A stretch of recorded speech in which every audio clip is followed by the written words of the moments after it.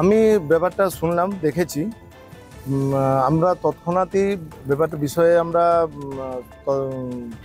সেই কনসার্ন ডিপার্টমেন্টকে বলেছি তাতে ইয়ে করার জন্য, আর তৎক্ষণাৎ ওটাকে চেঞ্জ করে নেওয়া হয়েছে, সঙ্গে সঙ্গে ওটাকে নামিয়ে দেওয়া হয়েছে।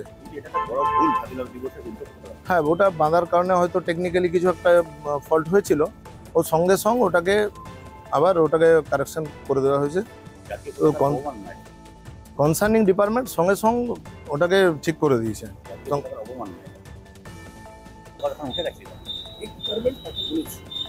এটা অবশ্যই এটা ঠিকই যে এটা জাতীয় পতাকার একটা অবমাননার।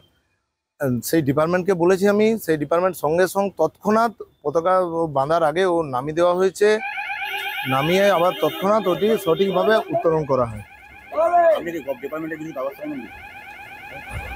হ্যাঁ, আমি ওই ডিপার্টমেন্টকে বলেছি, তারা ইয়ে করবে, ব্যবস্থা নেবে।